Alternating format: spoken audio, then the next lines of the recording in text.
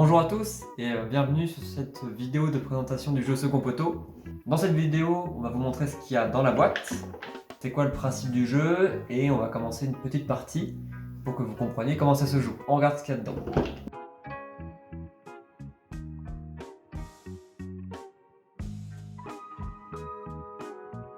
Donc voilà tout ce qu'on peut trouver dans une boîte Second Poteau. Petit rappel, c'est un jeu fabriqué en France, ça aide l'économie locale. Parce que pour le football, les Français, on est quand même pas si mauvais, hein. Alors dans Second Poteau, c'est un match de foot entre deux équipes. Et du coup, pour un match de foot, qu'est-ce qu'il faut?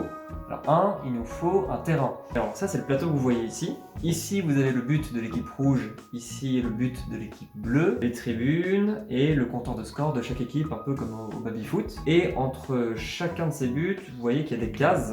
Et bien en fait, c'est dans ces cases que le ballon va progresser. Le ballon qui peut être soit bleu, quand c'est l'équipe bleue qui le possède, ou rouge. Donc quand c'est les rouges qui l'ont, ils vont essayer de faire avancer ce ballon pour se rapprocher au maximum des buts bleus.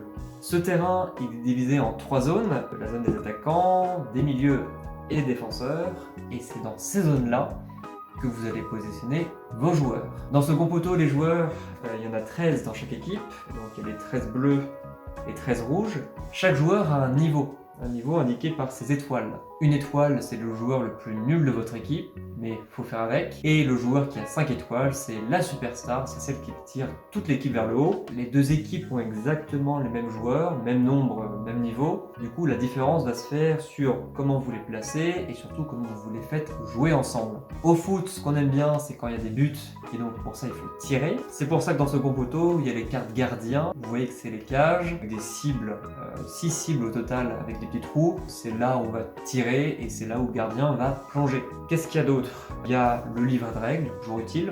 Il y a des cartes club, donc il y en a 8 qui sont avec leur fond bleu. En gros, le club, ça va vous donner une force et une faiblesse tout au long de la partie. Ça va influencer votre stratégie et ça vous permet de vous différencier par rapport à votre adversaire. Et enfin, il y a les cartes actions, donc il y en a 54 de mémoire. En fait, dans un match de foot, il peut se passer plein de choses, hein. Et bah, c'est représenté par les cartes actions, qui vont vous donner soit un bonus si vous les jouez bien, soit un malus si vous vous emmêlez les pinceaux.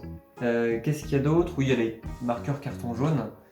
Au cas où vos joueurs sont un peu violents, faudra réussir à les calmer pour pas qu'ils dégagent. Donc voilà, tout ça c'est ce qu'on trouve dans la boîte, et donc maintenant on va parler du principe du jeu.